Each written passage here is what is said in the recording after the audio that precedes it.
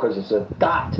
Name, Jordan DD, the ever President Anonymous, Thomas, Ezekiel, and Vader. Welcome to the room. We're now at the top of the hour. Welcome to the Critical Thinking Forum. We're here Monday through Friday at 5 o'clock New York time. Today's topic is, are Trump's threats against Iran effective? And what I mean by that, do they resonate with the mullahs? You know, there's been a pause in the action. There had been a pause in the action. The reason for the pause, it's a question of veracity. On the one hand, we know that Central Command has told the president they're running out of munitions and they cannot sustain the attack in the manner in which they have been occurring. It's time to back off. As a matter of fact, we have accomplished everything that we can militarily based on the current campaign as directed. The president, of course, maybe because it's true or maybe because he's trying to save face, says the Iranians asked us to stop so that we can concentrate on negotiations. And then yesterday, the Iranians attacked U.S. military assets in Jordan. I was a little surprised that Central Command called it an attempted surprise attack. I don't believe for a moment that to the Central Command that attack was a surprise. I'm sure that they were prepared as they were, because they did successfully repel, they say, the attacks. That it's not a surprise, it's a potentiality when it comes to Iran. And so how is it a surprise? You're prepared for it. But that's what they called it, a surprise attack. Well, that, of course, pissed the president off. Okay, so I'm going to use words that are not mine. These are the words of your president, ladies and gentlemen, your president. He gets on the phone to Fox today. He talks to Trey Yingst, who is a great correspondent in Tel Aviv. He's a terrific war correspondent. And this is what the president said about this so-called surprise attack to Fox News. Quote, "We're going to beat the fucking shit out of them." So, President of the United States, this is not Nixon venting in the privacy of the Oval Office and being caught on the hidden microphones. This is exactly what he said. He also said, according to Yingst, quote, "We'll be hitting them hard."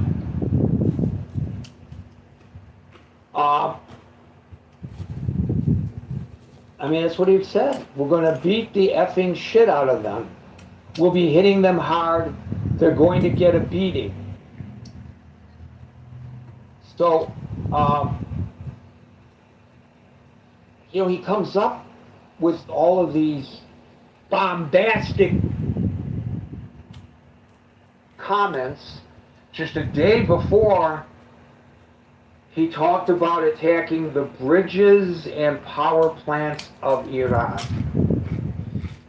which is something that even a number of Republican senators who have been solidly in his corner find objectionable, because they are on the record even as saying nobody wants the United States targeting targets that can result in civilian casualties. They've been very, very specific about the targeting. By the way, yes, early on in all of this, a school was hit. And it should not have happened, and it was a big F-up by somebody in the military. But there is zero evidence to show that that was intended as a school being a target. It's not like the Pentagon said, hey, Mr. President, we can really mess with that Iranian regime. Well, right there, right outside a military base, there's a school full of girls. We can break their back by blowing up the school. I don't think that conversation occurred. I think all the evidence suggests that it was a case of mistaken usage of the facility. I think they didn't follow the intel because the intel that they were using was dated because that school had been used for other purposes. That building had been. It had been repurposed as a school. And it's a monumental screw up, and it got compounded by the cover-up. Well, we're not so sure that it was our cruise missile that did that. We're still investigating, but we believe that it was an errant Iranian rocket. Look, just admit that you screwed up and get on with life. Because sooner or later it's going to come out, and it's going to feed this whole propaganda argument about how horrific the Americans are when it comes to war crimes. For that to be a war crime, it has to be deliberate. Again, it should never have happened. But it did. And God bless those kids and their family members. Oops. All Americans should have empathy for that. But as we hear the president's commentary, which gets more and more and more strident, and this is the strongest public statement that he has ever made, to my knowledge anyway, and I've obviously followed this pretty closely. I'm sure it's designed to scare the regime into thinking, oh boy, we better be careful, we're close to crossing a line, and that's the end of it. Because he said that he can bring them to their knees in hours. That's what he said. I'm wondering, and I don't know that anybody here really has the answer to the question, of course. And as I wrote on my social media when I posed this question this morning, I asked, or I said, man, I wish I was a Farsi-speaking fly on the wall. Because I'd really like to know how they're sitting around the table having their tea, because I know they don't drink, because they're all good Muslims, sipping on their tea and discussing this issue. Are they really shaking in their boots because the president said something like this, and combined with these other pronouncements that he's made? Or do you think that they realize they got us exactly where they need us, which is at a stalemate, a quagmire? Because let's be honest, they're as much attuned to public sentiment in the United States as you and I are. His ratings, he's underwater, especially with regard to this war. It's no secret. We're an open society. Everybody can see it. And maybe it's like they're just laughing their asses off when they hear him make comments like this. I don't know. Maybe there's something up his sleeve and they're aware of it, or maybe they're unaware of it, where he actually can bring them to their knees within hours, and he's been restrained up until now, but now he's so pissed off, this is his final warning, and they better heed it. I don't know. So, what do you all think about this? I'm going to start calling people in the order in which I see them on the stage. And today that order begins with Alan, followed by Marshall.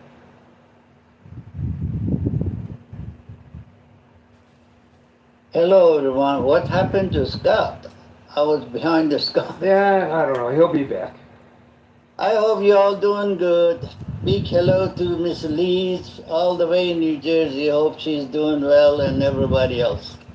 I really like to hear Mr. Amir thoughts on this one.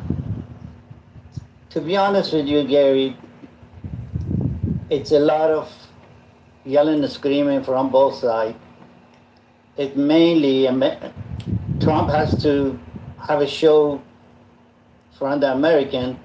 Well, the mullahs, they have to have a show from the Iranian.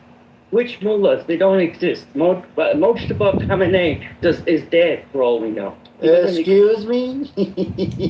Andrew, Mojtaba Khamenei, he was one tiny finger. Come on. Okay, he's one tiny finger of how many hands? Andrew, in this room. Many of them. Andrew, many of them. Andrew, in this room, we speak one at a time. I will get to you. Go ahead, Andrew. Andrew, my friend, maybe you don't know me. Born in Tehran. Probably. Andrew, hold on a second, Alan. Andrew, I'm going to tell you the room rules one other time because you're brand new. We speak one at a time. We don't interrupt one another, and I will get to you. So hold your thought. I want to hear what you have to say, but you have to wait your turn, please. Okay, Alan, please proceed. Gary, it's your show. If next time you jump on me, I'm gonna kick him out of the room. And he just sent me a thank you. I'll leave the. Stop sending me shit.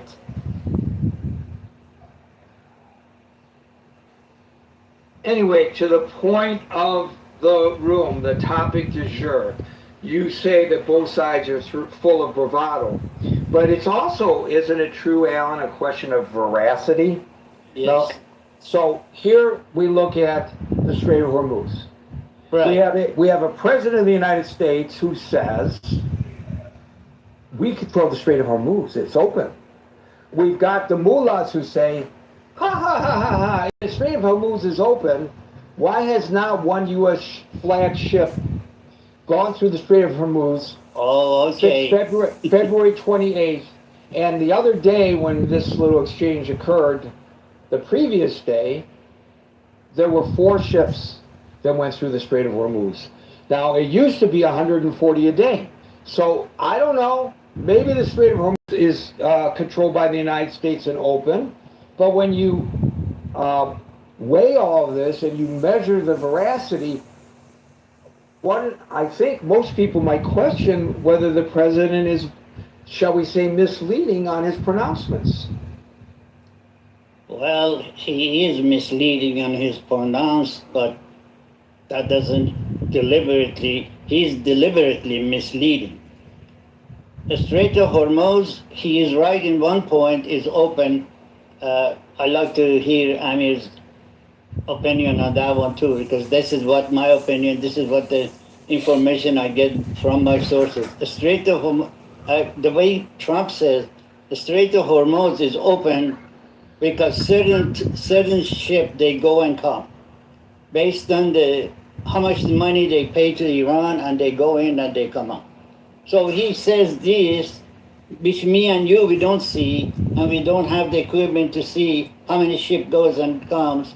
They tell us what they need to tell us, or what is a necessity we hear. That's the whole thing is.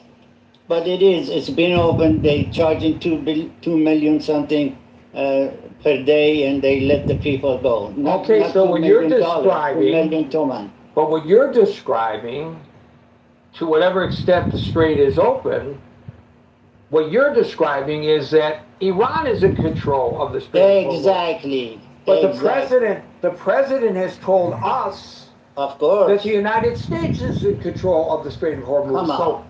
Where is the common sense? You think president is going to tell us Iran is controlling the Strait of Hormuz right in the midterm and this and that? He has to tell us that we're winning. He has to give us something for the voting. It's a sad.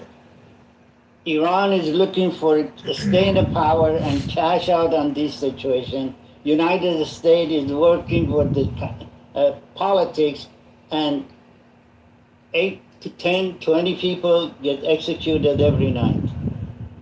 You're not seeing my page, and I'm heartbroken because you see these young girls, young guys, they are executed for what? You know how many people, 350 people, they killed a few nights ago in the city of Isfahan? I have much faith in it at all. I got no faith in people that So talk. what do you say, I hate Donald Trump. to Alan's I hate assessment him. that it's all performative Orange man for bad. domestic consumption, and the mullahs understand that, and it means nothing to them, and it causes us to gather a critical thinking forum to try to analyze what he said, which is really what his intent is. I'm not sure how entirely performative it is. I think he actually may believe some of the stuff that's coming out of his mouth. I just find it to be impotent. Donald Trump is the impotent. the person who has a bigger Bears gun what? doesn't brag about having a bigger How gun. They just pull braggadocio. the bigger gun out and use it when they have to. Marshall's They the don't real G. talk about it. Marshall's the real I G. have to- He's the I have real to look mafia. at it. Marshall's the real Hospitality genius. The strategic. And he does. Michael Corleone. I'm a girl. My pronoun is girl.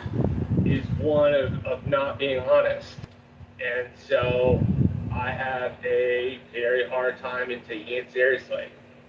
To me, Oh, we it's can't just, take Trump seriously. Yet another thing the president All has bellicose. opened his mouth and flapped his gums about. Hello? I just don't. I don't know. I don't have any. I don't know. I don't have any I use don't for know. it. Fuck it, I think don't if he could have know. brought the regime to Hello? heal in a matter of hours.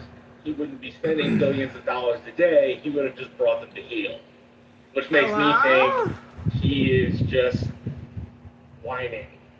And I, in my personal life, I can't stand whining.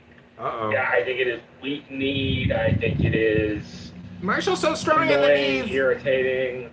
I He don't know how much hates this is for whining. internal But are you consumption. are you fucking whining right now, projection? There's a part of this to me which seems like maybe it's not for internal consumption, maybe it's just Trump being Trump. And he's Trump mad, being so he's gonna get on Trump. TV and say a bunch of stupid stuff. So, Trump I don't know. Trump. If he were serious, he'd already done something about it. Just saying you're gonna do something strikes me as need. Strikes me as, paper tiger is what comes to mind for me. Well, we know that this is an atypical presidency, and we also know It's that not the people normal. knew that this would be When an things atypical go back to presidency. normal. And the majority of people voted in the manner in which they did in the states that resulted in electoral college votes that caused for him to be returned to the Oval Office. Yeah, So, he wins both the electoral college and the popular vote, right? Like the right, only yeah, he got the, right, he got the two times popular that vote happened, also this obviously, time. were- Yeah, the only Right, two so times even that if we didn't have the electoral college, he would have been elected. We know it's atypical, we know that a lot of people like it when it's atypical. You're right that in previous iterations of presidencies, there would be a massive attack, and after the massive attack was underway, there would be an Oval Office address to the nation, my fellow Americans. I have today ordered a massive attack on Iran. We are doing this, and this. May God bless the United States of America, and then fade to black. Not this president. So perhaps there are those, as has been expressed on the stage occasionally, that this is what they want, this kind of bravado. They want, go out and win one for the coach kind of locker room talk that geeks up the football players to go out there on the gridiron and win. That may very well be the case for some people, but I think many people are with you, Marshall. But with regard to how the Iranian leadership views this, what do you reckon their view of it is? Probably the same as mine. Talk's cheap. Marshall speaks for the Trump's certainly Iranians. good at talking. So, talk is extremely cheap. It doesn't take anything Then you're worth nothing, to faggot. be bombastic or blustery. All it takes is somebody to flap their gums. Thank you, Marshall. We'll go to Scott, followed by Yossi. So I think, look, I mean, I feel like I'm so repetitive. I say the same things now all the time on this show. You're not gonna. I think Trump looks at the regime, I think, through eyes that are, again, sort of like liberal Western eyes. Not that I think Trump is an illiberal figure, but I mean, I think he looks at them like he's dealing with a Western liberal democracy that cares about its people, whose leadership feels political pressure as things get worse in their country, as facts on the ground are tough, as economic situations are tough. I don't think that's the case here, And so, when a liberal regime fights an illiberal autocratic regime, the illiberal autocratic regime has the advantage of having strong stomachs and being able to take a beating, because Russia's the same way, right? I mean, largely, you have the advantage of, you don't have to really put the popular opinion or the lives of your people as a top priority. Scott, I have to ask you one question. You have to wait, sir. You have to wait, sir, your turn. Why Trump make bomb? Oh, okay. Are Thank you you. crazy? Thank you very much. It could have been. Go ahead, Kitover. Scott. I don't know. So I think that's a reality, right? And I think that Trump has misreads. It's like a poker player. I don't know how much poker anybody's played, but they the old adage in Casino Royale, great James Bond movie, probably the best in the franchise. James Bond says to this woman who doesn't know anything about poker, said, "You never play your cards.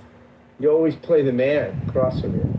And a lot of it's true, unless you have a straight flush or something. Then sometimes you do play the cards, but no. Largely, you're playing a game where you're trying to you read the person, and he's just consistently misreading, I think, the regime. And so, on that regard, and I think, you can win a lot of battles and lose a war, which we saw in Vietnam. How many battles did we lose, right? This can happen, right? We're 68. This ain't nothing. Folks who are fans of If the war it's nothing, then why do you keep coming back to comment and tell me it's nothing? Is that a projection? I agree. I don't deny that. The question is that the goal? Is that the strategy? Scott is not a Is that the denier. outcome? I mean, if the outcome is regime change, I don't know that just the weakening is going to do it. If it's to get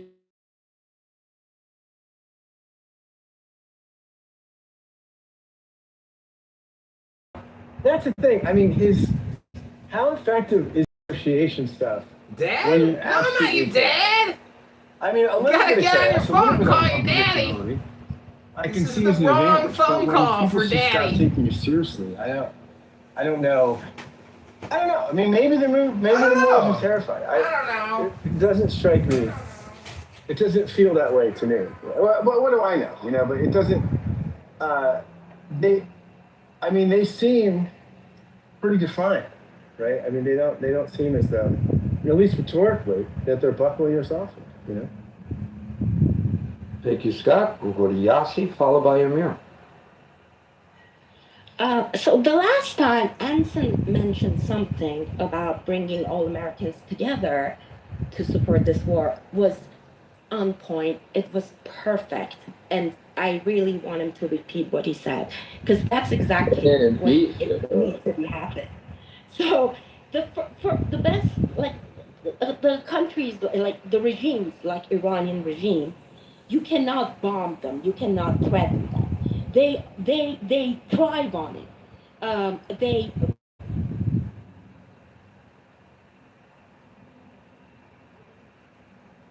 Oops, did we lose you, Yossi? I think so. The Mohammed. Hasn't he?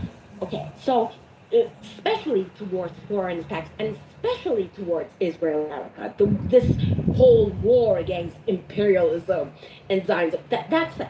So military thrust at some point even strengthens of this regime, and like at some point, gathers like people, the nationalists around the flag. So, what can be done?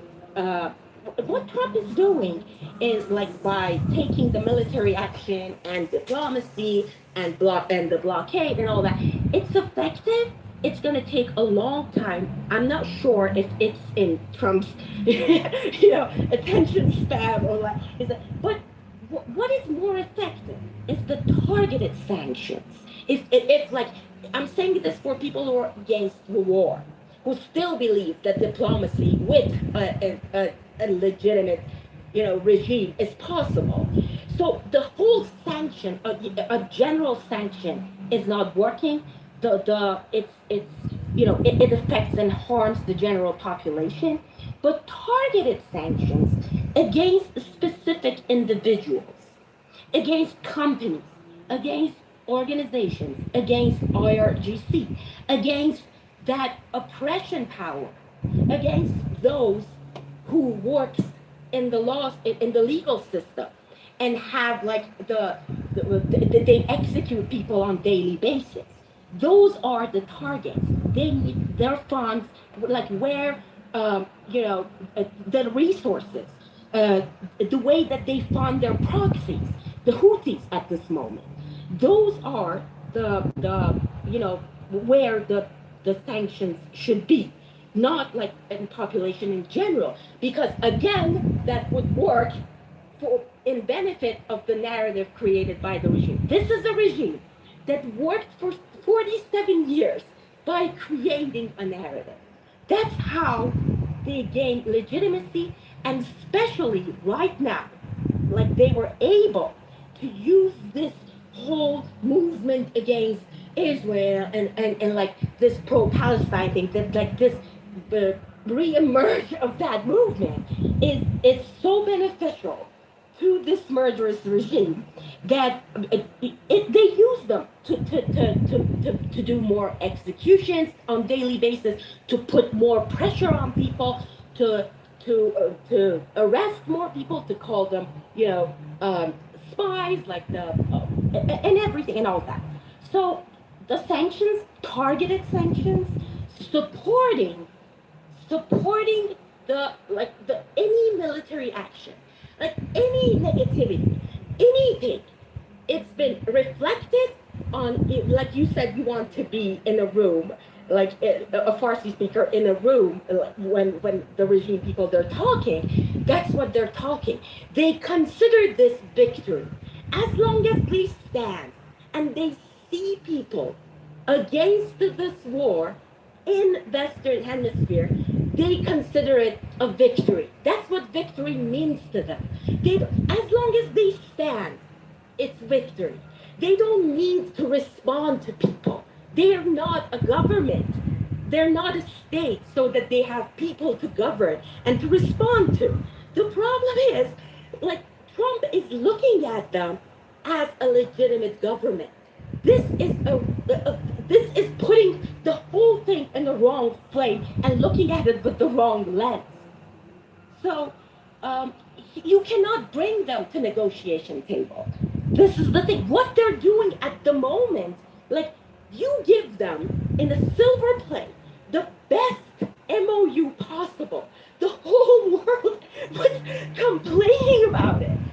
So and look what happened. 2 days later, they broke the ceasefire. They broke the first rule on the MOU. Why? Because they need to, this is the way to justify their incompetence. They can't control the inflation. Today, they announced the inflation, 88%. 88% inflation is it's I don't even have a word to describe that. So what they benefit from is to create this tension to keep the oil prices above $80 a barrel, which and like internationally and also like attacking is kind of respond to their base in Iran because they're not like the government for all Iranians, just for their own supporters. Okay, for it, so it has that domestic use also. It has that. So they say, look, we're taking the revenge of the supreme leader. So it's but how you're going to do it when you're not, it's an asymmetric war. Like everybody thinks, oh, they resist in front of the strongest power. First of all, the strongest military power in the world did not bring their A game to this war. So this is really a false comparison on that matter. And I think people in general, they don't have this image of how a blockade in a strait works. So all you need to do, you don't need mining, you don't need anything. All you need is to threaten the security. So there won't be any insurance. So the ships won't move. There's no the transition. That's as simple as that. You don't need any military power. You don't need anything. It's more simple than people think. So you cannot say that America is like military losing to Iran. It's ridiculous. and so, but I understand these empty threats that comes from Trump that I threaten the infrastructure, all that. They're not going to work because Iran, especially if it's targeted to Iranian government, they know that Trump cannot do it. It's against the Geneva Convention, and he has to respond. So they're not responding to anyone, but America and Israel do. So it's not effective. Okay, so the sanction to target the targeted people, the targeted organization, and organize the opposition inside and outside Iran. Allow, facilitate the communications. That's what the dictatorships, the fascist regime, the totalitarian regimes does. They keep people separated. They, the divide and conquer. That's what they do. So bring them together. Look at Bibi. Look at Netanyahu. Look how he addresses Iranian people. He comes and he looks at the camera and he talks directly to people because he knows that they are the boots on the ground. He is using the real resource and the real power, which is the Iranian people who are like 70, 80% against this regime at the verge price.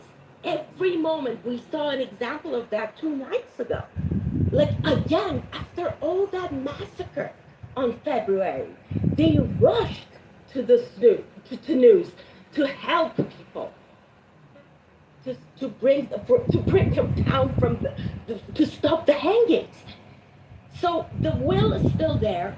They've been shot. There were 3 people killed. This is what has to be happening. You need to enforce people by addressing them directly, by telling them, I am doing this for you. If he wants to, brag and lie, this is what he has to do. He has to meet with the opposition outside Iran instead of keep trying to negotiate with this illegitimate regime. That, something that I haven't seen the American media talk about is that they evacuate the embassies in Tehran. French embassy, UK embassy, all the Europeans evacuate.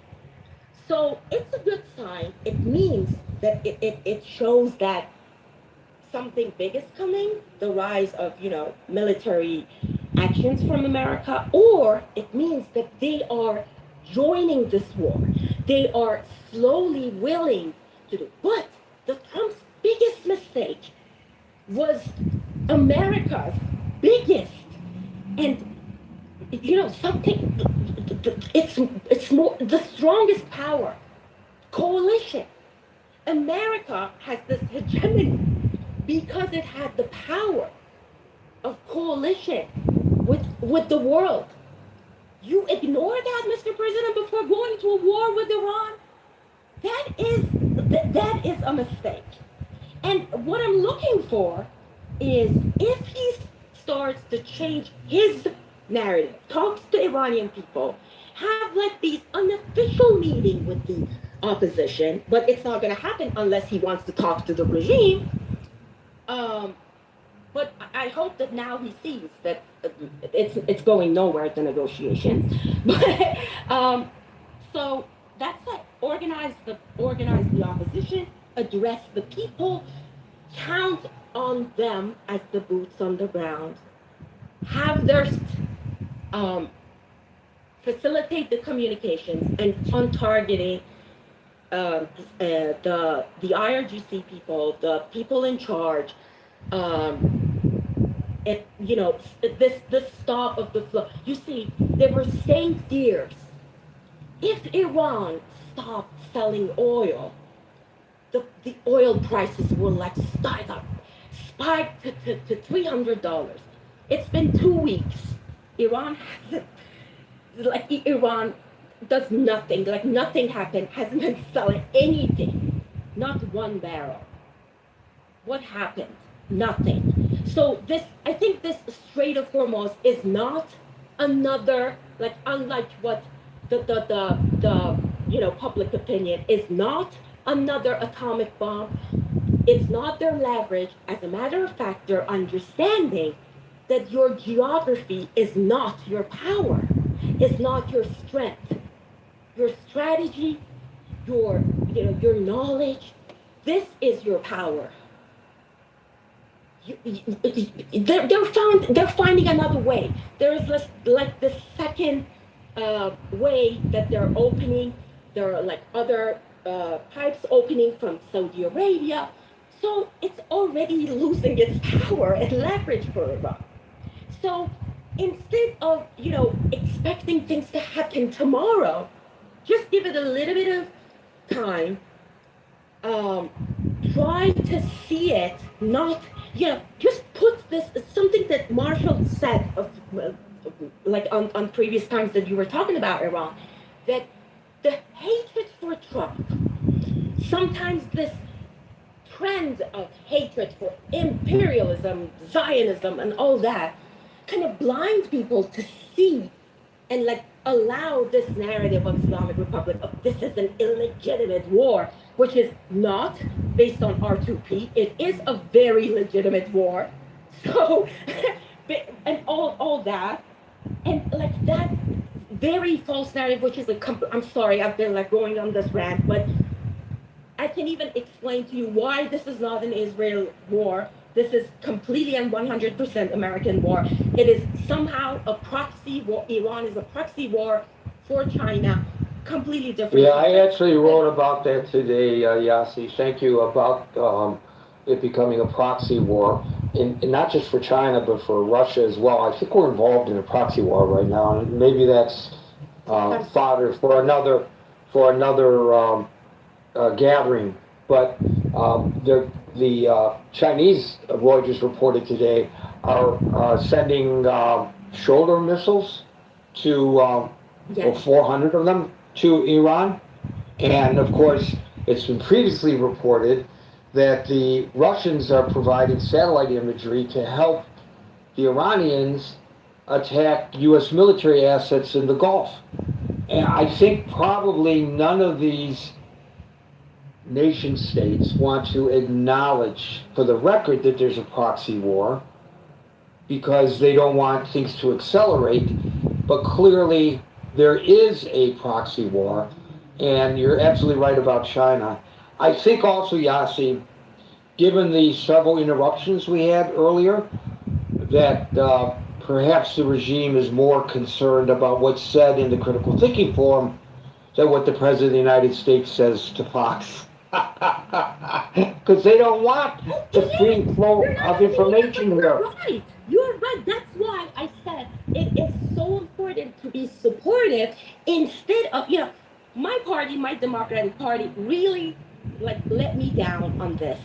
Did this affiliation for the party when it blinds you to support your country, when it blinds you to see the humanitarian action that is happening in war. By the This way, is very- with regard to Iran's paying attention to us here, I know, and Alan will recall this, that back during the period of time that the Iranians snagged those British Royal Navy sailors and Marines, that the Iranian government was monitoring. This was not on Clubhouse, of course. This was before Clubhouse's inception. This was on our previous platform. But I have it in writing that they heard the words that were being expressed in this forum, in what is now known as the Critical Thinking Forum on Clubhouse. So they're paying attention, and I'm certain that those agent provocateurs who try to disrupt whenever we have this discussion and try to silence the voices of Persians are operating at the behest of the Iranian government. There's no question about that in my mind. Amir, followed by Brian, and thank you for that, Yossi. Amir. Hi there, Gary, everybody. Well, some of the things that I was going to cover, it's already been covered by Yossi, so I'm not going to repeat those. I really stress on the political strategy of Trump that Yossi mentioned. That's been very little. Not only sort of Trump has pissed off the potential allies, but also done nothing effectively on enabling a sort of, or encouraging the solidarity, if you like, amongst the opposition groups outside Iran. Perhaps even government in exile wouldn't be out of the question, on the political front. I mean, there are various ways of very effective strategies which you could adopt, which would help him. But in any case, so avoiding what I was going to say, because most of it has been covered, I'd just like to very quickly, Gary, if you don't mind, I'd like to pay a tribute to the young person that was hung today in Esfahan. He was executed. A massive crowd had gathered to protest against this execution, and it was obviously to no avail. It was really heart-wrenching. It was. I actually cried, to be honest with you. He was in his 20s. He actually put the rope around his neck himself, and he gave a victory sign and a heart to everyone. And this kind of bravery is absolutely unprecedented amongst the people. And he was only a young man, in his 20s. Just imagine how his parents felt witnessing this. Excuse me. So these public executions, they're obviously partly to create fear amongst the people, fear, horror, fear amongst the people, and also to deter future uprising. But that is not the whole story. It also shows how audacious the regime has become. Not only in public executions without any care, even though a lot of people gather, thousands gather, but also is shown by attacking U.S. base in Jordan. There is a clear message here. This is a furthest base away from Iran. This is sending a clear message of boldness, of, if you like, dominance, not just to the internal, but also to the external audience. I mean, this needs to be taken seriously, But at the same time, Gary, let me tell you, the regime is also well aware of its own weaknesses. First of all, it's hated by the majority. The 70-80% that Yossi mentioned is really on the small side. It's probably more than that. The regime probably only has about 10% supporters. It has a serious failing economy. it cannot even pay wages. Inflation is close to hyper. It really is likely to run away in the months to come. So the regime is desperate, is absolutely desperate to come out of this by somehow. Well, if they're so desperate, why are they dragging their feet at the bargaining table? And does these kinds of pronouncements, or do these kinds of pronouncements from the president force them to act in their own best self-interest by finding a way out of this quagmire that they find themselves into as well? Or are they just ignoring the bombastic pronouncements of the president, Amir? No, well, I was just going to finish my sentence by saying they're desperate to come out of this, saving face, but on their own terms. And their own terms is very simple. Their own terms is, get out of here, Mr. America. We don't need you in the region. We are the regional superpower. And do shut up, 90 million. We are the boss here. That is how they are desperate, but that is the terms that they're after. So, well, those terms aren't palatable to the president, I don't think. Sorry, say again? Those terms are not palatable to President Trump, I do not think. Well, I do hope not too. But one thing's for sure, they're not sitting on their flying carpets, drinking tea and laughing their heads off, as you mentioned earlier.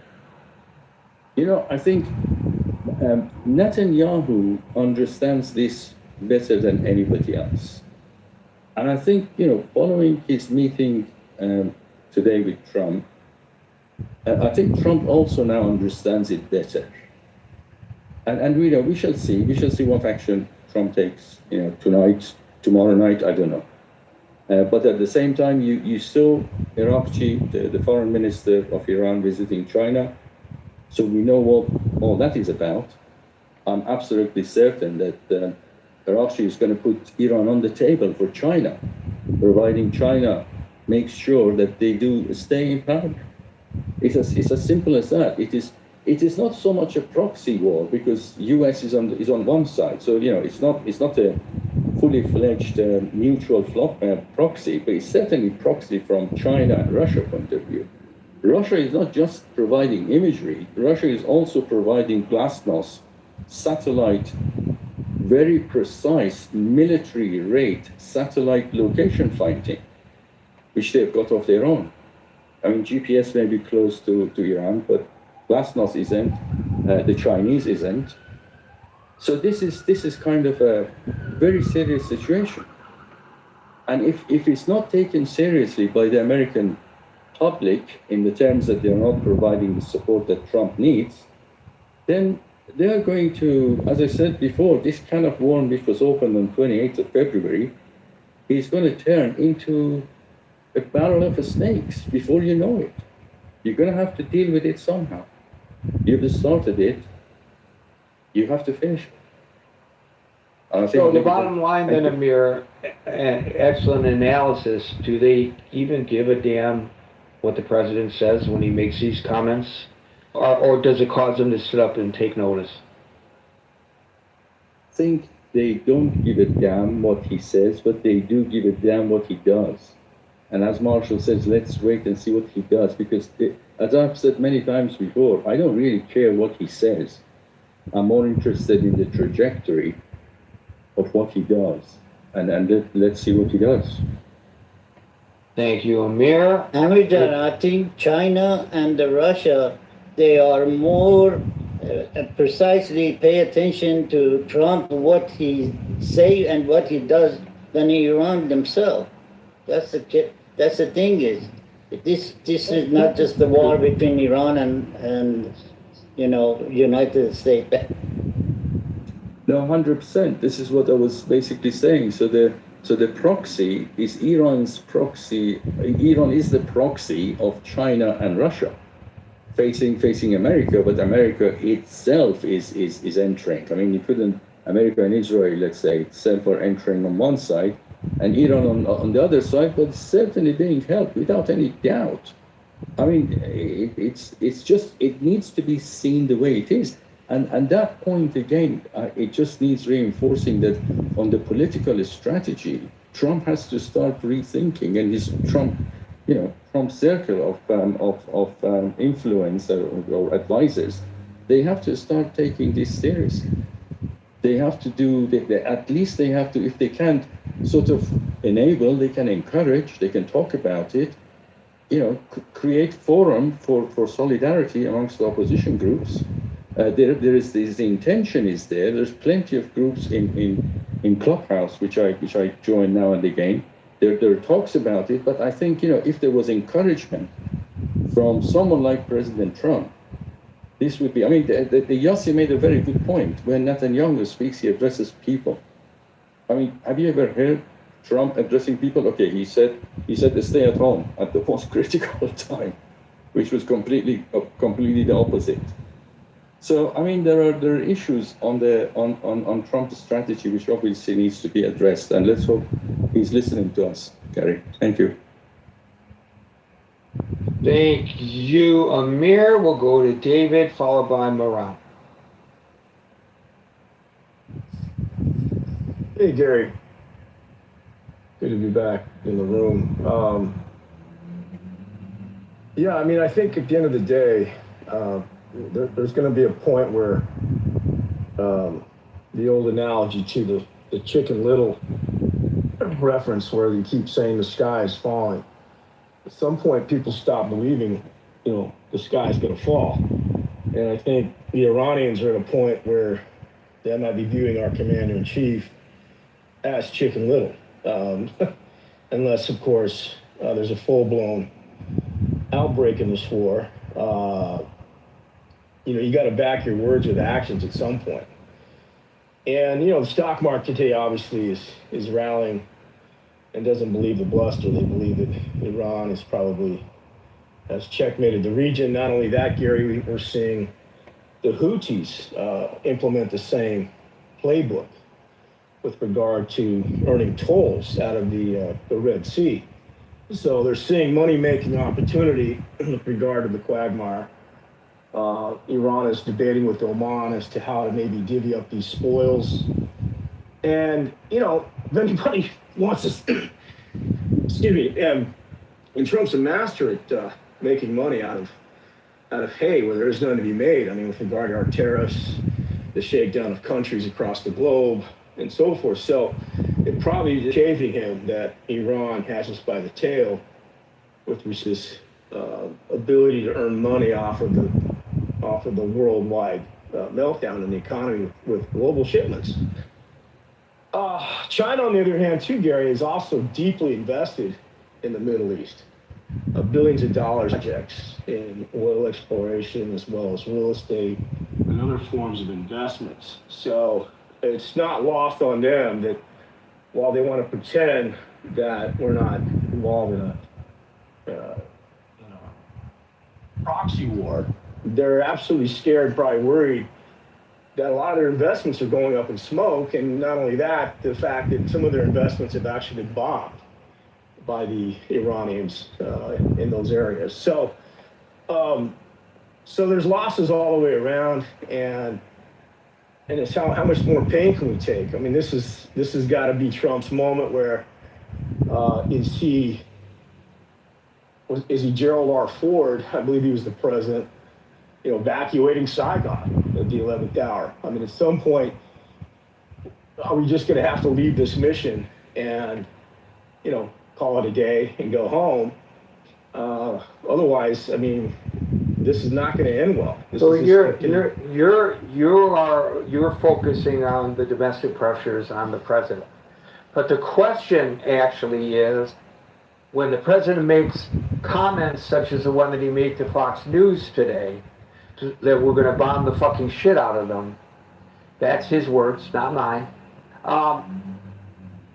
Does that change the dynamic any? Does it cause Iran to sit up and take notice? Does it cause them to say, maybe we need to back off from attacking U.S. military bases, which his comment was, there's a direct correlation there, it was a response to. Or do they just laugh and maybe I'm taking it to too much of a, maybe it's somewhere in between the two, but I kind of get the impression that they're laughing at him at this point. But I could be wrong, but I'm just wondering, will you? Well, how many ways? I mean, he already talked about bombing their civilization.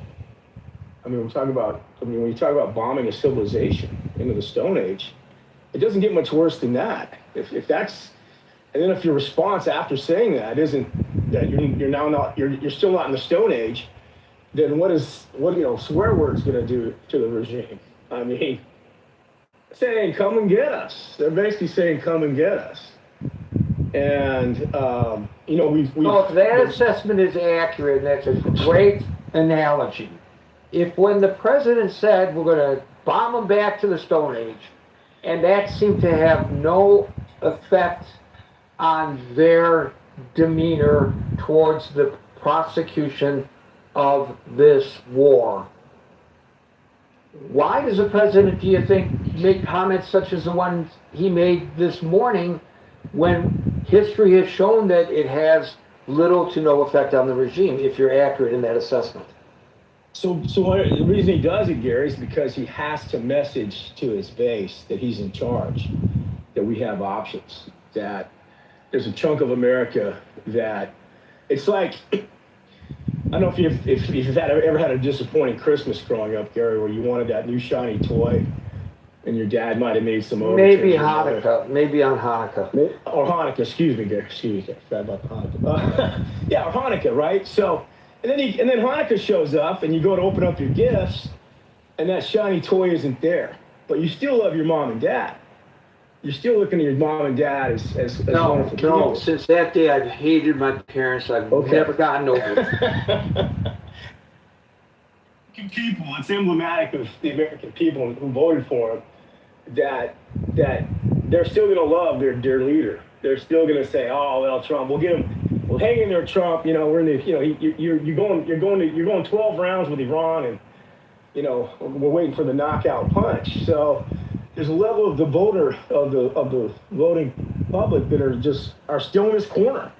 But if he stops talking the big game, he's going to lose a lot of those people. He's going to appear weak. He's going to appear feckless, and I think he's trying to avoid that. How can you avoid it when the polling, including the latest polling today from CNN, shows him way underwater, especially with regard to Iran? It's not working. But is he underwater with his base? That's the question. Probably not, but also he's not running for re-election either, or maybe he is. He claims he is. I don't know. Yeah. So the midterms, depending where the battlegrounds are in the midterms and how they're going to swing Democrat and Republican, is that base of his are they going to abandon him? I mean, we've seen what the Pentagon's been doing with regard to scrubbing the data or the intel coming back on the deaths and injured. They're hiding some of the more disastrous components of this campaign. Do we really know the death count number? I think the death count we know, but what they've done is that they've reclassified things. So if an American soldier is killed as a result of Iranian armaments in Iraq, they claim that it has nothing to do with this war. Yeah, see, I mean, that's just gamemanship with American lives. It's not, it's another way to distort how badly this has gone. And of course, the ultimate sacrifices are being made in terms of the loss of our men and women in uniform, which could go up very substantially, Gary, if we're not careful. There's also talk that we've hemorrhaged our arsenal, our defense arsenal. That how effective can we be if we can't defend our aircraft carriers and our borders with Israel and some of our bases in the Gulf states? So at some point, I mean, they need to take stock. And Hegseth doesn't have a whole lot of answers when he's called on the Hill to account for this. I mean, this is absolute mismanagement 101. And so I think there's a whole lot of moving parts here, Gary, that beg to question our ability to do what he's saying. So I'll leave it at that, I think. Well, don't sell Hegseth short because he's going to inject all service members over the age of 30, including the women with testosterone. So we're good hands. Don't worry. Okay. He'll reach a Thank- new low, we promise. Thank you, David. All We'll right. go to Moran, followed by Silly. Hi, Gary. Hello, everyone. What I've been hearing is a lot of passion, a lot of wishes, a lot of conflicting desires. And the issue is when it comes to politics, we have to look at national interests and realities.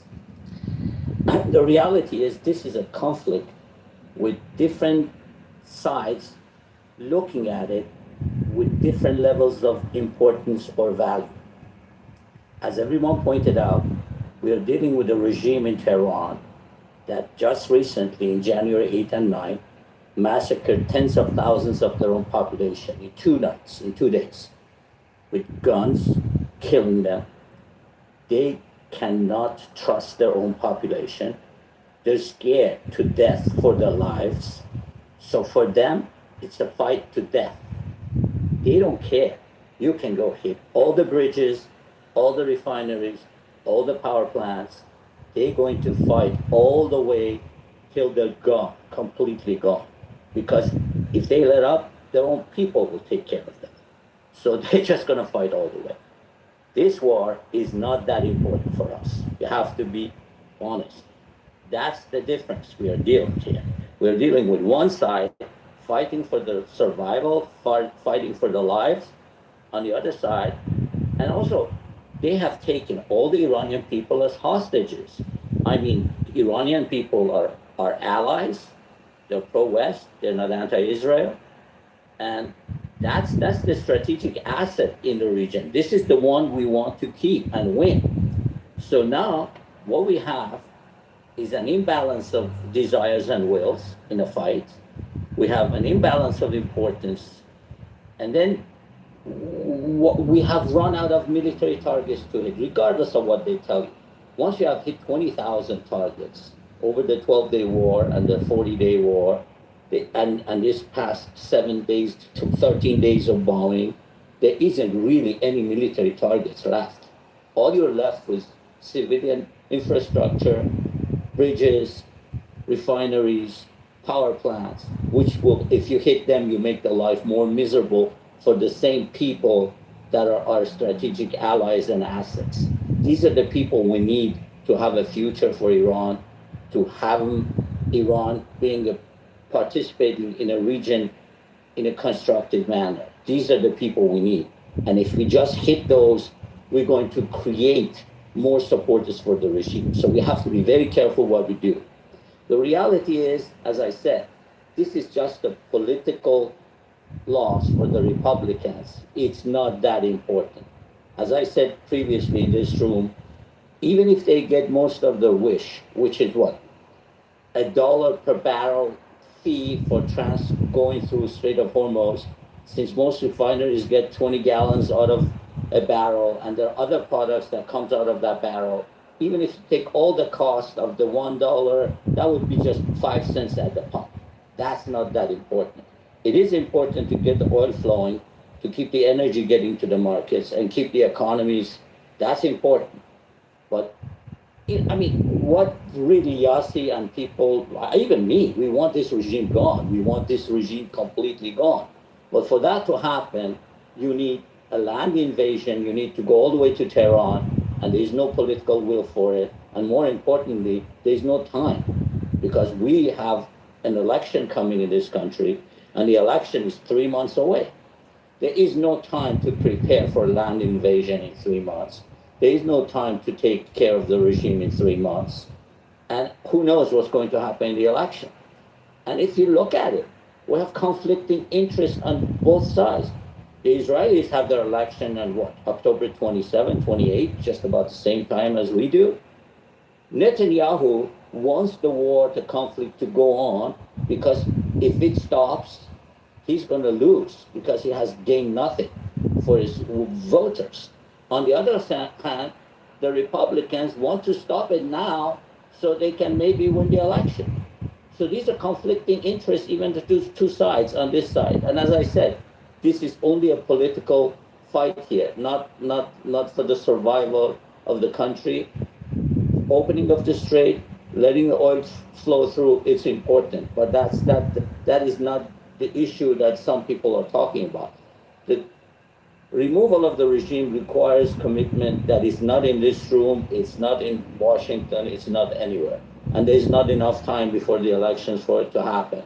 And as I said, even with our ally Israel, we have conflict of interest. Netanyahu wants this to continue. Republicans wanted to stop, which is, in my view, is very conflicting. And as I said, I don't know what's going to happen, but I don't think it's in our national interest to continue fighting a war that it's not winnable. It cannot end. The only way is to come up with some sort of a political solution, sanction the people who are torturing and killing Iranian people. And as you put it the other day, you can play guacamole any day with them, no problem. But hitting infrastructure, refineries is going to backfire. It's going to hurt the people who are our allies. So as I said, it's very conflicting interests here, lots of passion and emotion. I'm all with them, but sanity and logic dictates to follow national interest because our strategic threat is China. And the biggest winner of this conflict has been China from day one, and Russia. These are the two winners of this conflict. If we could do what was supposed to happen for the regime to disappear in 3 days or 3 weeks, that would have been a great strategic win. It didn't happen. It's not going to happen. So we have to be realistic, and just going after infrastructure in Iran is not going to help anybody, is not going to help us, is not going to help the suffering people of Iran, and it's not good for anybody other than, I don't know, anybody who's crazy just wants to kill people for no reason. There has to be a purpose, a reason, a clear goal. And I don't see us winning this war in 3 months before the election. All we can do is add to the suffering of the Iranian people and create confusion and not achieve anything. So I think it's time for a political solution. I don't know how, but that's the only way I can see it. Again, as I said, this is just a matter of political game for us. It's not life and death, but for the regime and the lackeys, it's life and death. So those are my words, Gary, and thank you for your good rooms all the time. So do you reckon that the regime's assessment is the same as yours? And if so, does that mean that they necessarily do not take to heart these increasing threats that come out of the mouth of President Trump? It's not that they have no choice, Gary. Whether they believe it or don't believe it, they're going to act the same way. Because if they let up, the Iranian people are going to kill them all. So they have to fight till last one of them. And that's no, I get that. I get that. But in terms of the president claiming that that the United States is going to vastly increase the prosecution of this war, do you think that they take him at his word, or do they question his veracity? I think I'm going to repeat what I said, Gary. They do not care whether he goes all the way and does what he says or he doesn't do it. Either way, in their calculus, they have to behave the same way. In fact, actually, I have heard in some of these Persian rooms that some of these guys are calculating that maybe this is a trick by the Trump administration, because they just, once the price of oil goes up, they talk about stopping, not doing anything, so the price can come back down. Then they go back, start hitting. The number of the missiles are limited. They're not reproducing them. So what's happening is the price of the oil comes down, Trump starts hitting them, they start using up some of the stored missiles they have, and then the price goes up, then Trump cools down, then it comes back down. So actually, they think right now the only threat they have is if Trump goes after the infrastructure, they're going to hit everything the Saudis, Kuwaitis, Emiratis have, just going to cause mayhem in the oil market. They can do it today. But if this goes on, this going slow and coming back, going slow and coming back, as if you can exhaust the stockpile of weapons or missiles while you monitor the price of oil not to go too high to cause too much damage. They probably think of it as a trick by Trump that, so that's why they are escalating now. That's why they want it to either go all the way so they can actually do the real threat that they have been threatening to do, which is take on all the oil installation of Saudis and Emiratis and Kuwaitis and Qatari gas fields, because they can do that today. But if this goes on for a long time, you keep exhausting the supply of missiles, gradually they're not going to have anything left to cause that doomsday scenario that they could respond to. So I don't know, these are all conflicting things you hear. But the point is, only thing that's in our national interest is to get the oil flowing, open the Strait of Hormuz, and if we can take the regime out, we tried, we couldn't. And it's not going to happen in the next 3 months. That's my point. I think the president has as big a veracity problem there, Moran, as he does here. When he says that the Strait of Hormuz is open and under the control of the United States, they know that not to be true. So most of what he has been saying and not delivering on adds to the question of his veracity. And you may be right that they don't care whether he increases the use of munitions against the regime or not, that they have to take the tactic that they're taking now in order to protect them from being overthrown by their own people. That may be true, but I cannot imagine how they could take anything he says seriously, because he's not been a man of his word. Now, conversely, I think that the administration has, on occasion, underestimated the veracity of the Iranians because they make promises, especially with regard to the MOU, that they don't adhere to. So, I mean, it's almost as if they deserve one another, I think. Except people suffer in the interim. Thank you, Moran. We'll go to Silly, followed by Malak. Hi everyone. No, I'm getting a sense of deja vu from this U.S. war with Iran, because I don't know how many times in history we've reached this point where America is bombing someone to ostensibly liberate them, right? And on the other hand, though, when the IRGC, when they crack down on protesters and stuff like that, that's also bad. And I think when you have a regime that is running around the region trying to claim land for their own, bombing people, just wreaking havoc, I think it's really time to rein Israel in, when they do all this. And more than all of that... Are you making this about Israel? No, I'm making it about a bunch of things. Is there room for dissenting opinion here, or am I supposed to... Yes, I'm just asking. I'm not saying that you can't make the comment. I'm asking you, is that what you are doing, is making this about Israel? No, I'm saying there's a country in the region that on a religious basis is committing large amounts of violence. So that is, to me, Israel, right? But let me finish my point and then you can definitely... But that's not the topic of the room. We're not talking about... Sure, I think I misunderstood when you were talking about a religious force that murders a lot of people. I just assumed you were talking about Israel. That was just my assumption. Don't assume anything. Look at the title of the room and stick to the topic. Gary, and as I had pointed out yesterday, if somebody strays from the topic in order to bring in a separate agenda, I am going to disallow them from speaking, whether I agree with them or not, because it got out of hand yesterday. Malik, followed by Daryl. Can I go after, please? Gary, we go in the order in which I see people. Malik, followed by Daryl. I can't speak right at this moment. Could I go later, Gary? Yep. Daryl, followed by El Normo. Hey, Gary, I'm not going to ask if you can hear me. Sorry, what did you say? I can't hear you. Oh, Gary, really quickly, you asked about interviewing the guy who builds the bomb shelters. He would love to have an interview with you, so we'll figure out. Bravo. Thank you, Daryl. Absolutely.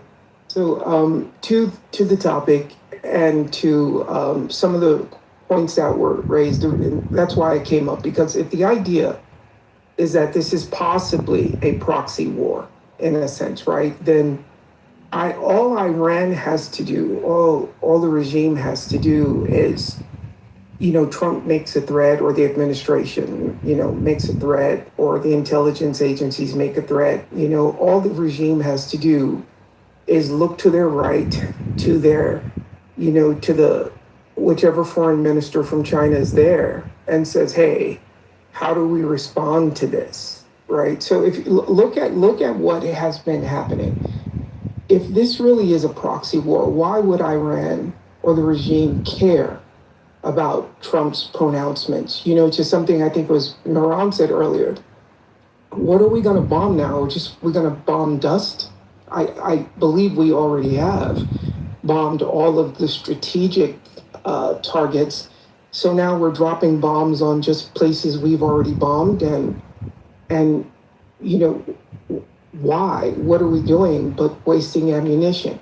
So if this really is a proxy war, what does China, maybe Russia, but not so much Russia, right? But what does China want out of this? And we've been doing these rooms for months now, and one of the things I've always said is that China wants the end of the petrodollar. Right? China in 21 or 22 signed a $400 billion 25-year investment in Iran. 4 days ago, maybe 5 days ago, you can fact check me on that, but China's foreign minister Wang urged for the U.S. not to escalate this, because he said that China is prepared to enter this conflict in a more direct way. You can quote, that's maybe, that's a rough quote. That's how I remember the statement actually being posted. So the question now becomes, if this is a proxy war, and we've said publicly, I don't believe we actually have, but we said publicly we have not wasted, we have used a lot of our munitions. I think the question becomes, are we ready, the United States of America, are we ready to engage with China if China feels or declares they are going to take a more, this is his quote, a more active role in this conversation? We're saying publicly we don't have the munitions. We now have Ukraine attacking Iranian cargo ships. Are we as a nation ready for what is essentially World War III? It doesn't necessarily have to be nuclear, but are we ready for the conflict that involves the biggest players on the map? That is, in effect, World War III. I don't think our Navy is. I read a paper about the United States and Japan from a group called the National Interest, and the thesis of the paper was that the United States, the thesis is this: those fleets that are brittle can crack under pressure no matter how good they are. Mm-hmm. Those fleets that are resilient, meaning they have a defense industrial base, can afford to pump out more. Mm-hmm. And that amounts to the Chinese knocking out part of the 7th Fleet in the South China Sea with their area access, area denial tactics. And the United States defense industrial base would take a couple of years to reproduce another carrier. Mm-hmm. Right? So, I mean, mm-hmm. the thesis was that we're Japan before World War II. Fleet's the best in the world, sailors best in the world, equipment the best in the world. But we're brittle because we don't have anything to be able to replace the ships that are sunk. Which leads me back to this other argument that I read years ago, which was we should have smaller aircraft carriers rather than larger ones. That way you're not sinking, $22 billion ship in one shot. And to my friend down there, Yassi's point was that we have to, we should look at this Gary, we've joked about if we were Tom Clancy writing a novel, if we were writing this, it would be very strategically advantageous to a country like China who wants to end American economic dominance on this planet to use a country like Iran to let us get tired of this boxing match. We're in the sixth round, our arms are tired, and China's actually pronouncing, okay, we're ready to get into this. China last week sent one of their foreign ministers to Japan. They had a secret conversation. Yesterday, Japan started calling back all of its currency from around the world. There are a lot of things happening, right now, globally, that, could be bigger than Daryl, why do you just call back your currency? What's the rationale for that? Well, because you want to bring back your dollars because you possibly see that you're not going to need so much dollars to trade oil anymore. You might just be looking to go back to gold. China has actually, and I know Gary's going to yell at me for going off topic, but China has actually banned paper gold trading because China is potentially looking to they've been stockpiling for the past 20 years gold. What that means is that we could potentially be going back to to global currencies based on gold if oil is not settling in US dollars anymore. But again, not trying to get yelled at by Gary, but it's more so, why would Iran care about what Trump says if they believe that their coach, their sparring partner, their China in chief is telling them, hey, don't worry, we have your back and we're ready to get into this. Once the foreign minister kind of made that pronouncement, I think 5 days ago, the things have changed. China's got a lot of money invested in Iran. And, someone, I think it was Mahan who said earlier, we've already bombed some of their investments. It's at some point, this is either going to escalate into that thing, or America is going to say, hey, this is Reza, your mic is open. Oh, That's okay. Or America's going to have to figure out what fight it wants to have, and is that fight worth it? Maybe it's the guns of August all over again. Yeah. Sleepwalking slowly into a global conflict. And then by the time you realize you're in the middle of it, you have neither the munitions nor the people. You're about to get knocked out by the biggest guy in the room. Yes. Sorry, I had a little technical problem here, and I lost audio. Thank you. You all right there, Gary? Yeah, I'm fine. I just lost audio. It's the Chinese Communist Party, Gary. They don't want us talking about it. Could be. Daryl, that's why you didn't get yelled at. He couldn't hear you. I don't yell at Daryl. Do I? Malik, are you back? Normal followed by Sano. Alrighty then. I always like to hear varied perspectives. What Trump has done is something that we should have done half a century ago, when it would have been easier, but we didn't have the appetite for it.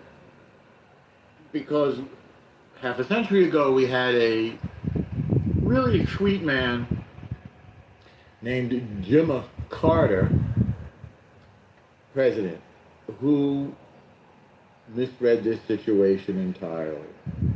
Misread the movement of the Ayatollah Khomeini, this horrible criminal, and didn't realize that it was a cancer in the region, in the world, because it is an apocalyptic cult that, like communism, like Stalin, that wants to slaughter its own people and enrich and empower itself.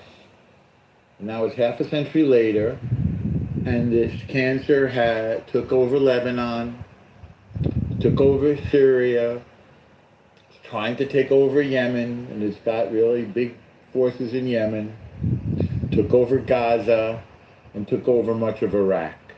I'm just counting on my fingers because, my math needs a little help. That's 4 countries and, let's say 3 countries and 2 partial. Gaza, whatever that is, if it's Palestine, if it's part of Egypt, if it's part of Israel, it's not undetermined. It's a territory. Yeah, which is what? It's undetermined. It's a territory. And who owns it? And it's ungoverned, ungovernable. And part of Iraq. Trump has exposed all of this, whether or not we want to see it. Not necessarily because he's a genius, he's not. Although I should say that Trump has been talking about hitting Iran since the early 80s because he felt that we were humiliated by the 1979 takeover of our embassy by students and communists, by the way, whom this regime, of course, slaughtered shortly thereafter, because that's the kind of folks they are. Murderous, treacherous, and hungry to enrich themselves. I watched great reports recently from McNeil Lehrer at the time of the revolution, 78 and 79, and how we completely misread this situation. So just a little context, and thanks for indulging me. Are Trump's threats against Iran effective? Nobody has hit them like we're hitting them.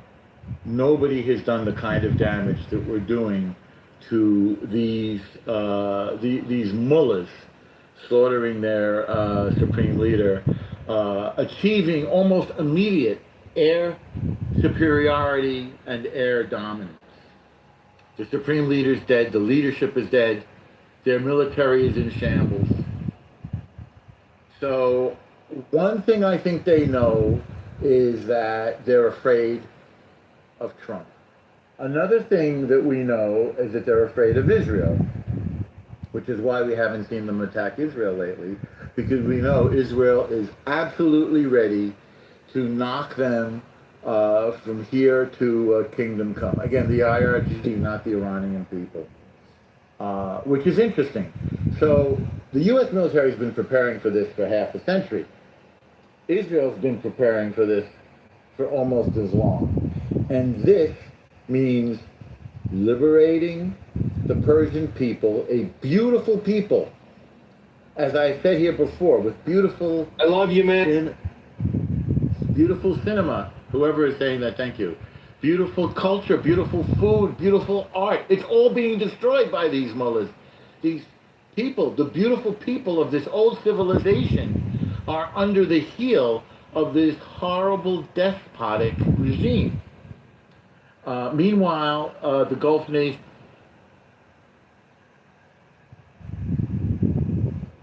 fight back against this, the subversion of this regime. So what does China want, by the way? In past, China wants that Strait open because they need the oil. China wants oil.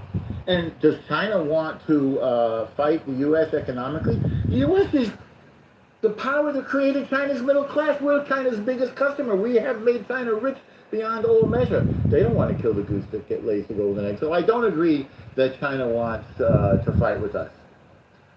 So what I would say is that, to paraphrase Ronald Reagan, who we really underestimated at the time, we need to stay the course.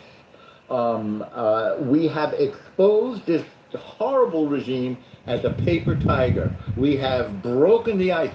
We have started smashing them.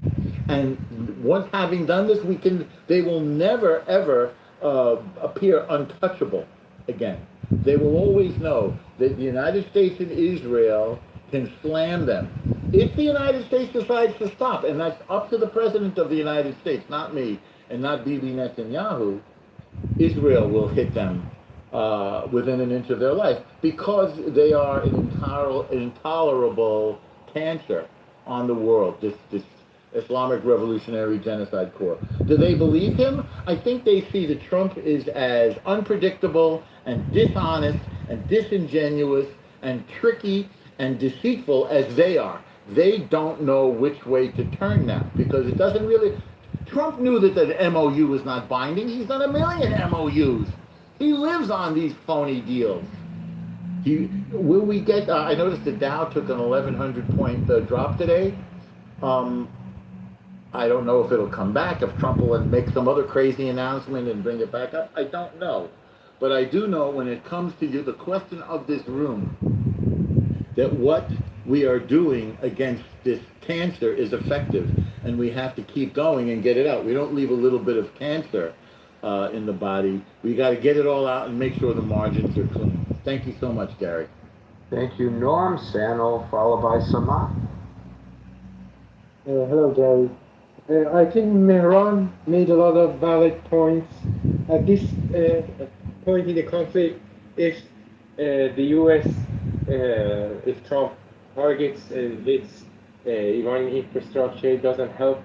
Actually, it might even make things worse for America's position, because the most valuable ally that America has in this situation is the Iranian people, and they might lose them. Actually, I think IRGC wants that something like this happens and Iranian people suffer, so they say, you like America? This is America. But on the contrary, I think there are things that could lead in the right way. Well, we haven't seen any evidence that shows Trump acts based on a strategy or long-term plan. I think all the evidence we see, all the things that happen, point to the fact that actually Trump is acting based on his personal whims. And it just can change like this with a glass from like this to that, all of a sudden. And that won't work. But I think on the contrary, what will work is, like, there are 2 or 3 things that could work. One is targeting heads of the regime, if that is still possible, as they did at the beginning. And that was done by the help of Israel, and especially Netanyahu, with intelligence help and practical help on the ground. They started by hitting the supreme leader. That was amazing news for millions and millions of Iranian people. Unfortunately, it didn't continue like that. Israel had the chance of hitting also Ghalibaf, but Trump stopped them because he wanted to deal with Ghalibaf, and he thought he's a very, logical man we can come with an agreement with. And he has, I think so far he has confessed he was wrong. These are sick people, he cannot deal with them, they are just crazy, he cannot trust their word. Yeah, he has admitted that, but again, he's going back to, like, oh no, they are logical people, we can deal with them. So this doesn't work that way. So one of the things, one of the strategies that could work is decapitating, hitting the regime heads, but that works with the element of surprise.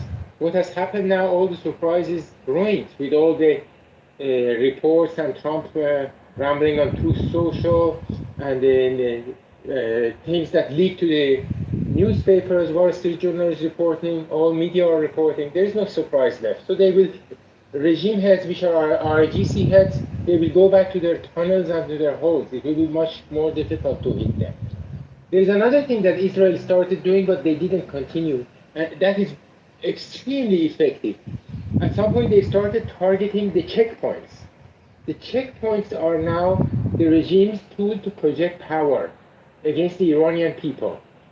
Israel started targeting them by drones. I don't know if they were FPV drones controlled by Mossad agents on the ground, or as some people speculate, they were released by some kind of aircraft from above, and at enormous cost, they were directed by the help of the agents, like the people they have on the ground, to the coordinates that the checkpoints were there. But that was extremely effective. If they just continued, like imagine they could continue that for a month or 2 months, it would wreak havoc in all the regime operation forces, a lot of whom are not even Iranian. They are like Hashtashabi from Iraq, Fatimiyyun from Afghanistan, and they are projecting the regime's power to Iranian people. when when you wreak havoc on them, and when they have casualties, then they will collapse very rapidly, and then Iranian people will have a big chance to rise up. So They with all didn't that being said, the bottom line is, do they take him seriously, the mullahs? I don't think they take Trump seriously, and that is why they are hitting US related targets, but they are not hitting any Israel. Recently, they have not hit any target related to Israel because they are scared of Israel. But, How do you assess the fact that how do you assess the fact that the Saudis, for the first time publicly anyway, joined the United States in the retaliatory sorties last night? I think the Saudis and the UAE and maybe even Bahrain, they are coming to realize the fact that when you act strong, then the IRGC, the generals, the Islamic regime, they might cave. But if you show weakness, they will become more and more audacious, and they will hit harder and harder. So I think they are coming to realize this finally. Thank you, Sano. Maybe we're at a precipice of a change. We'll see. Saman followed by Daryl. Thank you, Gary. I'm hearing a lot of interesting information, but a lot of bad information. I do think that Trump's threats are effective because he is unpredictable, and that is his strategy. So when people come up and say, "Oh, well, I don't think Trump has a strategy; he's acting on a whim," like Sanu just did, that means that Trump's strategy is working because he wants people to be confused, to think he's working on a whim. Somebody started talking about the proxy war and that Iran needs to not worry about what Trump says and listen to China, and then they spread all this misinformation. The Chinese minister Wang specifically spoke about a return to negotiations. He also denied the fact that China was giving military assistance to Iran. So, but there is this propaganda, this psychological warfare that's being executed to try to scare the American people. Now, America is in the United States is in a direct conflict with the Islamic Republic of Iran, so that's not a proxy war. And even if allies are helping one side or the other, that's again not a proxy war. I don't know. People say proxy war, and that's supposed to make us think that they're some sort of political science expert. As far as what was said about well, I was the Israel, one who initially, you may not have been in the room, raised the question of proxy, and I don't consider myself a political science expert, nor was I trying to present myself as one, but I raised it in the context of China is now providing weaponry for Iran to use against the United States. Russia is now providing satellite information, data, imagery to help Iran attack U.S. military bases. That's not proxy? No, proxy, those are allies helping each other. That's not a proxy war. A proxy war is when basically you hire mercenaries to fight on an almost neutral ground. That's a proxy war. It's not just allies helping each other. Well, if you're correct that I have, for my entire life, or my adult life, misused the terminology. It's probably. I mean, I can recheck, but that's essentially what a proxy is. Allies helping each other doesn't make a proxy war. What was happening in certain third world nations? It's a opportunity for the Russians to attack the United States without using Russian troops, much as the United States is arming Ukraine to attack Russia, not using American troops. That's not a proxy. That's proxies of the Russians and the Chinese.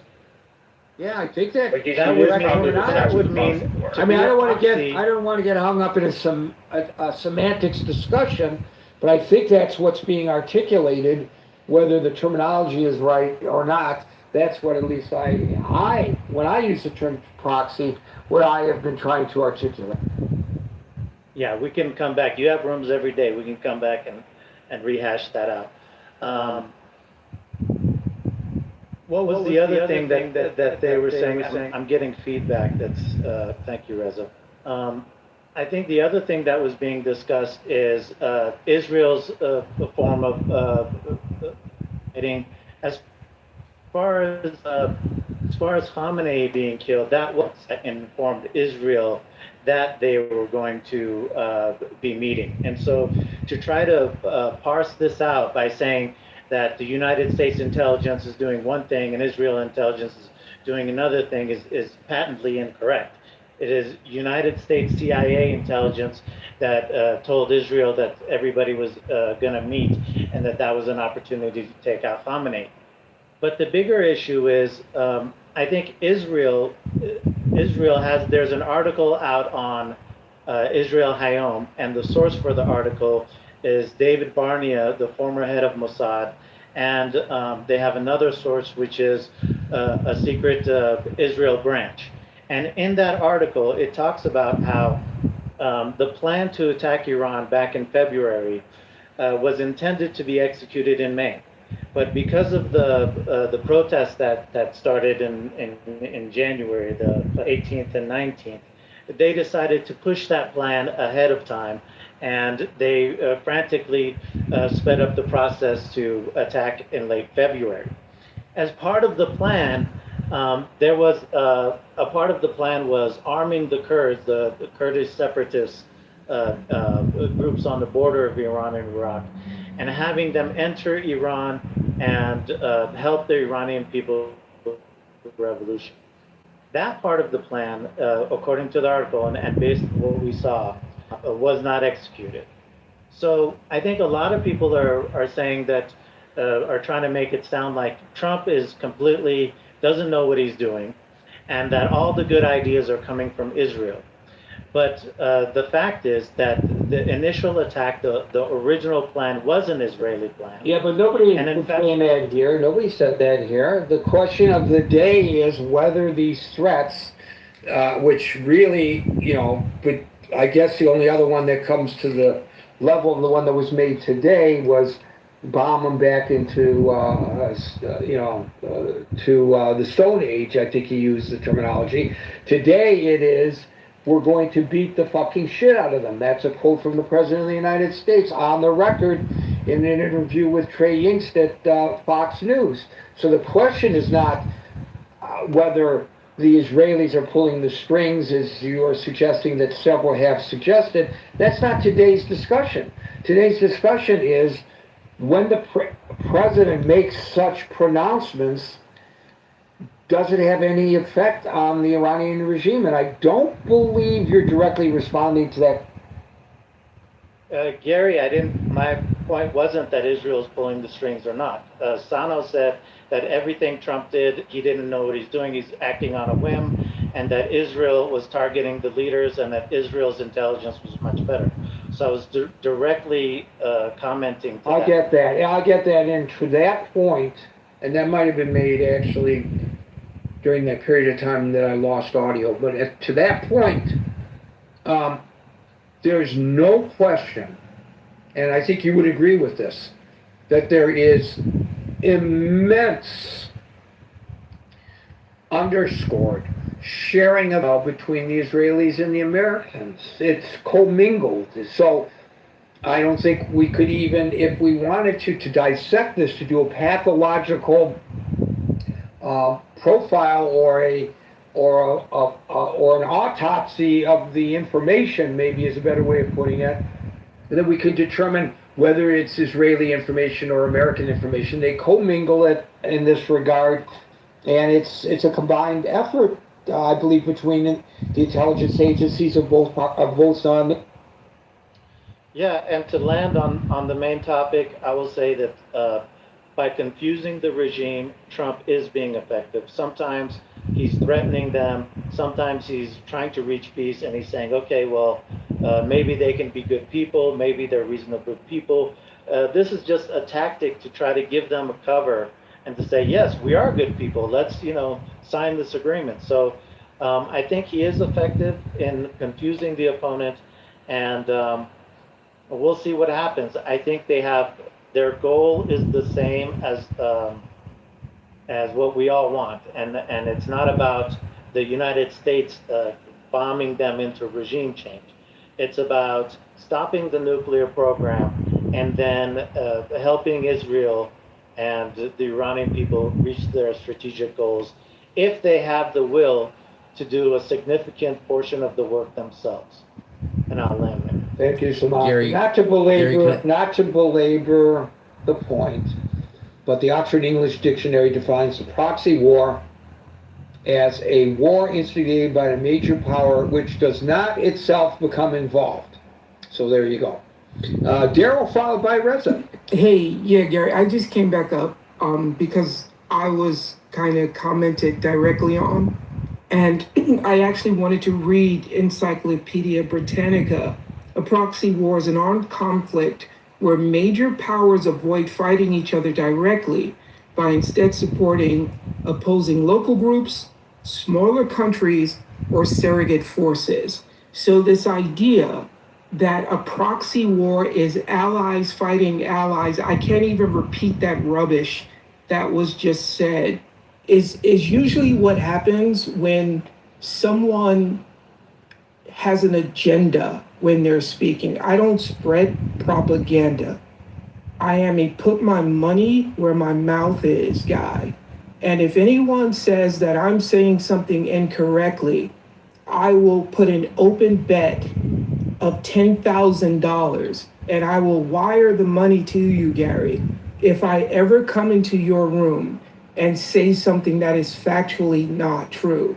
Well, we can all say things that are factually not true inadvertently. I've done it myself.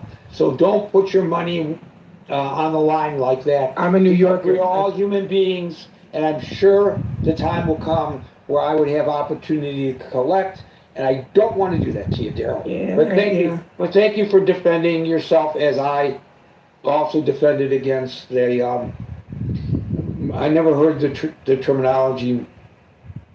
Using mercenaries is what a proxy war is, but maybe there are other definitions out there. I think, I'm in radio, and sometimes if you want to be successful in radio, which is a very intimate, and what we're doing here is akin to that. This is audio, obviously.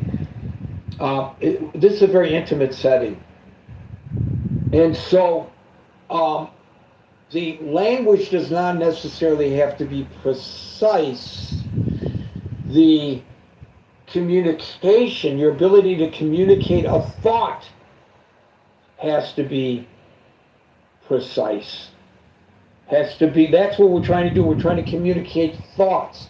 And I think most people understood Daryl and most people understood me when we raised the question of whether a proxy war is underway. I don't think there were people who said, huh? What? Duh, that's not the definition of proxy war.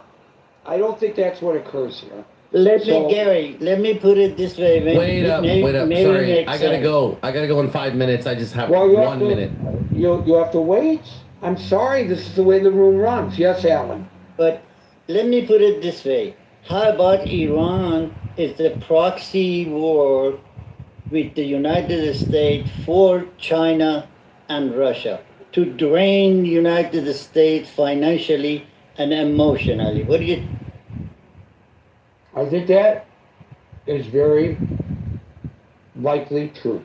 Reza, followed by Alma. Thank you so much, Gary. I have a podcast in 7 p.m. Eastern time, so that's why I've been doing a lot of interrupting. So, listen, been drinking a lot of Lafroig whiskey, so I'm a little bit tipsy.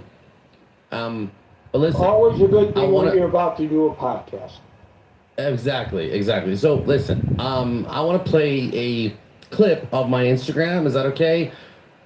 Listen, I'm not a political person, and by the way, Gary, I'd love to have you on my podcast if you accept, but listen, I'm not a political person. I don't know a lot about politics, but what I do know is a lot about Iranian people because I'm Iranian.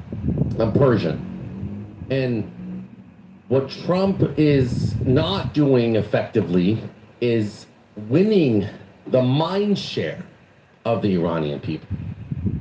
Initially, we were all pro-Trump, and we still are. I'm very pro-Trump, because if it was the Democrats, it would be a lot worse. If it was the Democrats, they'd be funding the IRGC. So fuck that shit, okay? But listen, Trump needs to be a little bit less manic. He needs to be a little bit more normal. And he needs to win the minds of the Iranian people. There was one guy on stage that I shouted him out. I forgot his name, but what's his name? I'm scrolling down. I can't see him, but he said all the right things. Listen, if you are an American or an international or non-Iranian person, you really have to understand Iranian people to get this shit. So let me just say, he used to be one of the biggest supporters. That's the wrong one. Sorry, 1 second. There we go. Imagine this. You're at a bar with your girlfriend when a 6'6" jacked bodybuilder starts hitting on her. You're not running up and swinging on that guy. You know what would happen. So you walk over and handle it like a man. Hey bro, that's my girl. Not cool. Now if it was some scrawny little nerd doing the same thing, you'd shut that shit down fast. But if the guy was about your size, you might actually throw hands. Here's the reality. The IRGC is picking a fight with the most powerful military forces on earth, the United States and Israel, like they're the same size. They're not being brave, they're being reckless. And every time they escalate, it's the Iranian people who pay for it, their own people. They're risking the total destruction of their country just to prove a point that they can't back up. So let me say this clearly. The IRGC, and if you support the IRGC and what they're doing to Iran, you can go yourself too. Okay, All right. thank you for that entertaining interlude. Thank you so much, Gary. I will Thank say you. that to your serious point here, before we even started, during our little warm-up before the show began, I said to Yossi that it's very unfortunate that the United States encouraged people to go to the streets, and then the people went to the streets and they were massacred, and inexcusable. Got a couple more minutes, so I think we have time for Alma. Yeah, good evening. Gonna try to answer the question directly. They are not very effective, and here's why. Because the mullahs have been around for so long, and with their GRC, IGRC thingy, these guys, I mean, initially they are smart enough to know that you take the United States military might lightly at your own peril. That's not a good idea. But they are so deeply entrenched in the country, and they're so used to this, and they play the long game so well, they're always counting on something changing or some sort of a scenario popping up that nobody was expecting that will end up saving them. They're willing to sit there and take it. Now, Trump is saying today that he's going to punish them really hard, and he will. I mean, there's no question about it. The U.S. military is capable of handing out serious punishment. But these guys, I mean, the threats, do they feel threatened? Yes, because, Israel and the United States bombed them before and killed a great number of their leaders, military leaders and politicians. But that's what they do. If they're fighting somebody who is much stronger than them, they'll sit there and wait. They'll respond whenever they can. They'll have one of their proxies respond if possible. The only bright hope I see here is that the U.S. is finally dealing with the militias in Iraq effectively, and they are trying to turn Iraq into a real country. Iraq has been, for the better part of 20 years now, basically a dumping ground for the mullahs of Iran. largely due to proximity to the same religious affiliation, and the fact that some Iraqis want to be Iranians more than the Iranians themselves. So, by trying to split them, by trying to make Iraq a real country, and there's a lot of news going on in Iraq about the government going around fighting corruption, finding money hidden in all sorts of places, exposing all the thieves and the crooks. That's in my opinion, where the battle is going to be won. More than actual bombing of Iran. It will destroy a lot of the military capability of the mullahs, but the mullahs will go into hiding and they will bury themselves underground and hope that the U.S. will miss them. But they have no other plan. Their plan is to survive this one way or another. They've been at it for almost 50 years. They played on different variations or on different variables on the international scene, on the regional scene. They attack here, they withhold attack there, they support here, they deny support there. That's what they do. These guys are survivors, but they're not very good tacticians and they're not very good politicians. And certainly we were able to see that they're not very good at the military, militarily. They're unable to put up a good fight. So this will go on for a while. Thank you, I gotta cut you off. We can't go on for a good while because we're out of time. Folks, we're here Monday through Friday at 5 o'clock New York time. So till 5 o'clock New York time on tomorrow. For the next edition of the Critical Thinking Forum, everybody be safe, be well, and peace out.